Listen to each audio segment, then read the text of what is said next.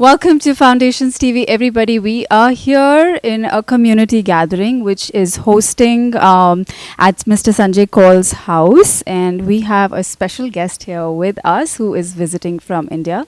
He is the finance minister, the current finance minister of Haryana, and he is a first generation politician. And we've just wrapped up a session where he was actually bombarded with questions, and everybody was asking a lot of questions about the political situation in India today. And he, personally, I was impressed by the way each and every question was answered, the intellectual level with which it was, thought through and articulated and presented to the group of people who were here, very curious. So, wrapping that up, I wanted to actually move on to your personal journey. So, first of all, welcome to Foundations TV. And thank you so much. And I'm really humbled by the introduction you just gave about me. And I still feel there are miles to go. And I thank Foundation TV. And I'm really glad to be here amongst you all the friends. And as far as I'm concerned, as you said, I'm Finance Minister of Haryana today. I've been a small worker of Bharatiya Janata Party, and I've had the opportunity of working at the national level as National Secretary, also co-in charge of Punjab BJP in the last assembly elections, and I also had the opportunity to work as National Spokesperson of the party in last Lok Sabha elections. Additionally, I was also co-in charge of Uttar Pradesh BJP along with Mr. Amit Shah ji, who was then General Secretary and in charge of BJP Uttar Pradesh. So I'm glad to be here with you today. That's wonderful. Now, in your introduction, we did mention that you are a first generation politician. So would you like to speak about that? How did you come into joining politics? I was an officer in Indian Army about 27 years ago, and then I was doing my business, and it's about 15 years ago when I was drawn into active politics. I was inspired by the changes that were taking place in India, and also the need that I felt that when we move into the next millennium, India must move ahead with new kind of politics, wherein we do not have the dynasty-based politics or caste-based politics or region or religion-influenced politics. Rather, we have a genuine, true democracy where people in politics come in from common backgrounds and non-political backgrounds and bring in a fresh wave and fresh air in the overall functioning of our democracy in India.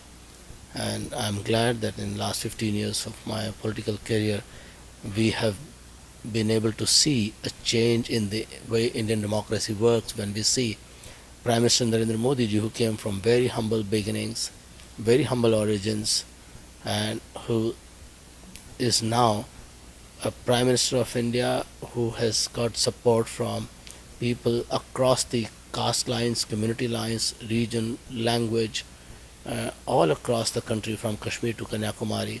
There's people of India who voted for him, and after many decades, first time a party has formed the government on its own with complete majority, which was not a feature of Indian democracy for last 3 decades plus. So this new kind of politics has begun in India, and I'm glad, and I feel myself to be fortunate enough to be contributing a drop in the entire ocean of change that's happening in India. Now, you said that 15 years ago you observed certain changes that were happening in the country, and you had certain ideas of your own. So did you see a resonance with that change that was already happening, or did you come with revolutionary ideas? And either way, I'd love to hear an example of that. It was both ways. There was definite resonance in the overall changes that were taking place in India in the late 90s. India was finally accepting the need of following ideology-based politics and issue-based politics from the politics of castes and politics of various demographic divisions.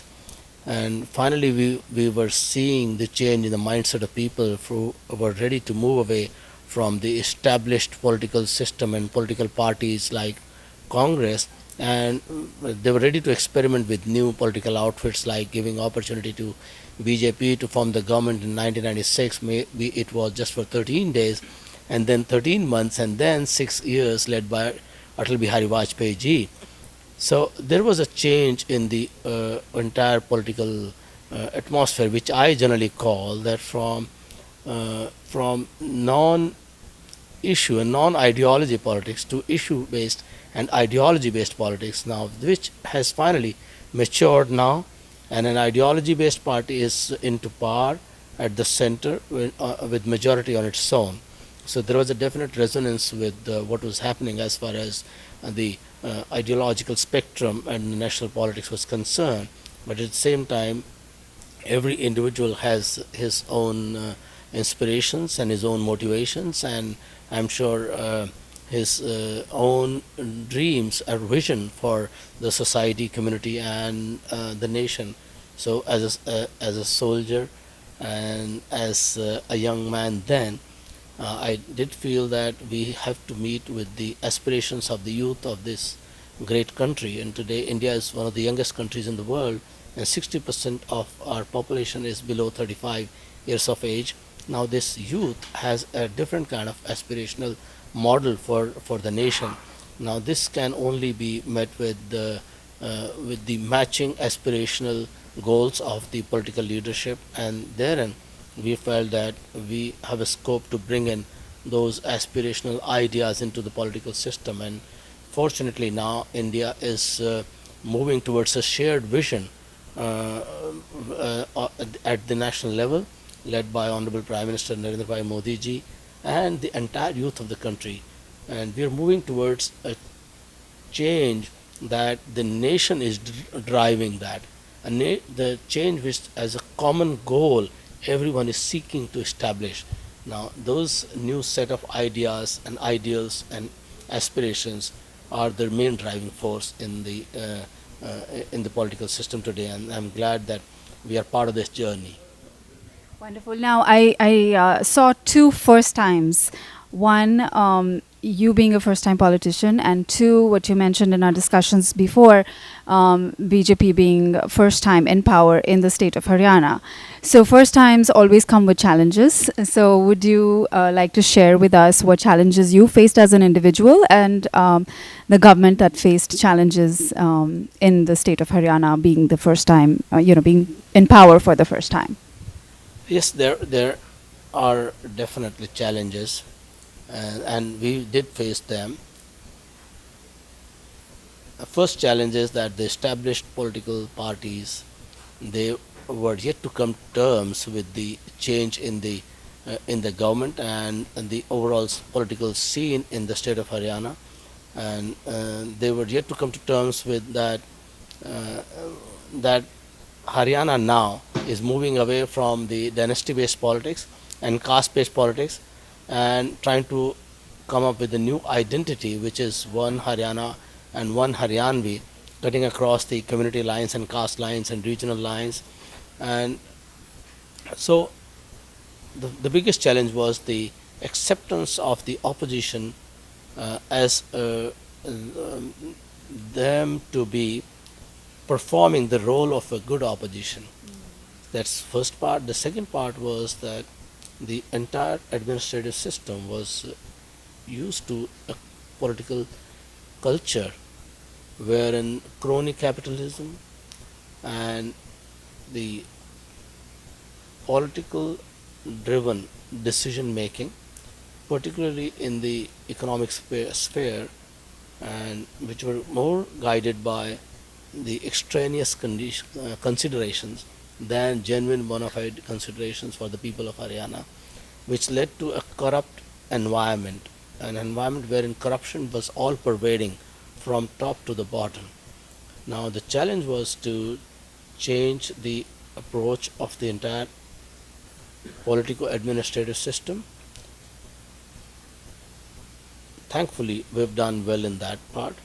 And finally, the entire political and administrative system is, the entire regulatory system is aligned to the vision of making Haryana completely corruption free and bringing in transparent governance in the state. The there were certain other social challenges that we were faced with, uh, as you've recently seen in the Jat reservation agitation. So the learning curve was faster and much steeper than we imagined, but I'm sure that it's over, and we should do better from now on, further ahead. Wonderful, wonderful. Now, as they say that, the qualities of the leader and the goals and the mission and the enthusiasm of the leader of the country trickles down all the way to the bottom. And we see that happening from everything that you've shared with us, that it's Prime Minister Narendra Modi's core values that are actually, building the country at this point, and the transparency and all the other examples that you said. So, what are your personal aspirations from this whole government and this whole structure as far as India is concerned and the development of India is concerned? One good thing that Prime Minister Narendra Modi has given to this country is a clear direction as far as the economic goals are concerned, social and cultural goals are concerned. Who other than Prime Minister Narendra Modi had ever espoused the cause of Beti Bachao, Beti Padhao, save the girl child and educate the girl child from the ramparts of Red Fort as a Prime Minister of this country?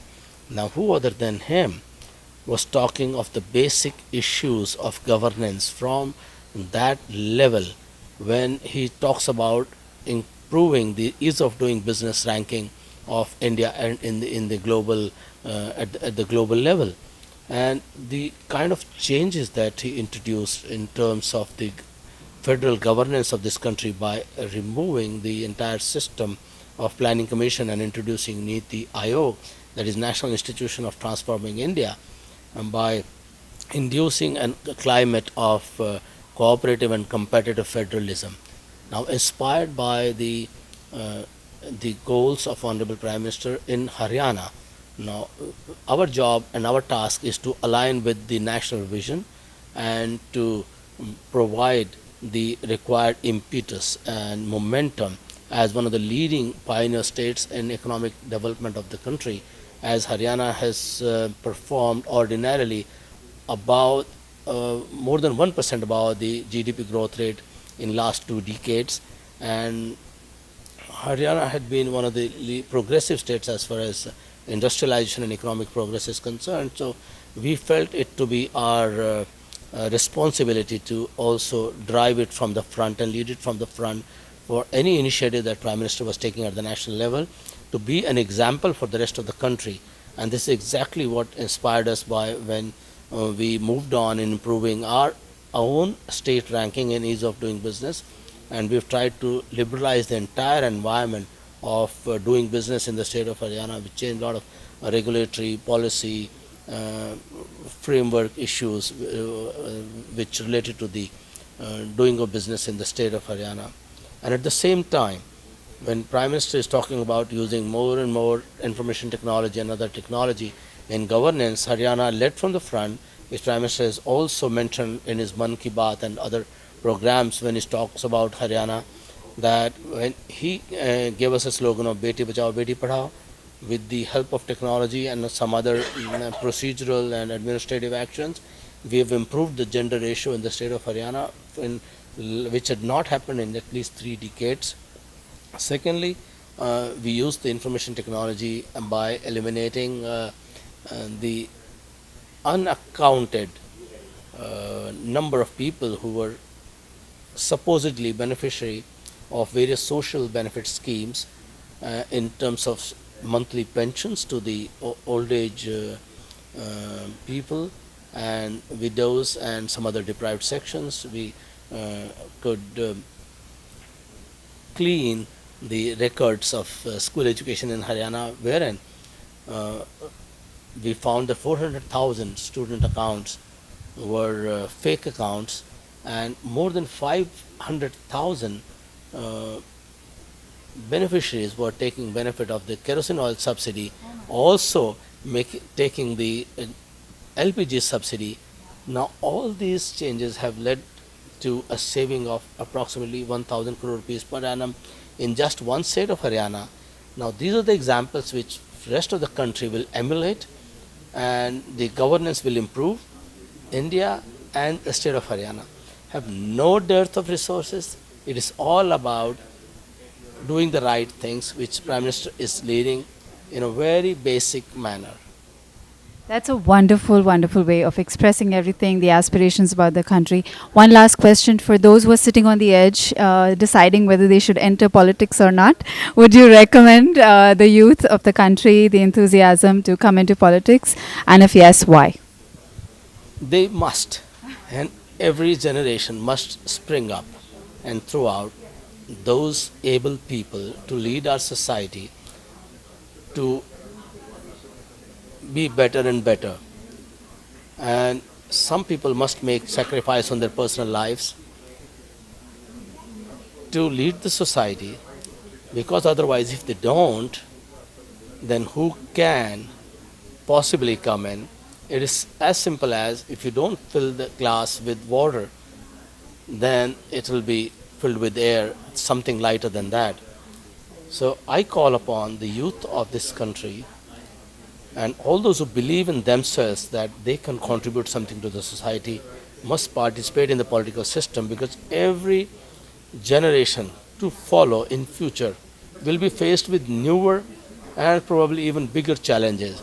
We must bring in a culture in India wherein the best in the society is driven in political system, and however challenging it may be, I can bet that it will be very challenging.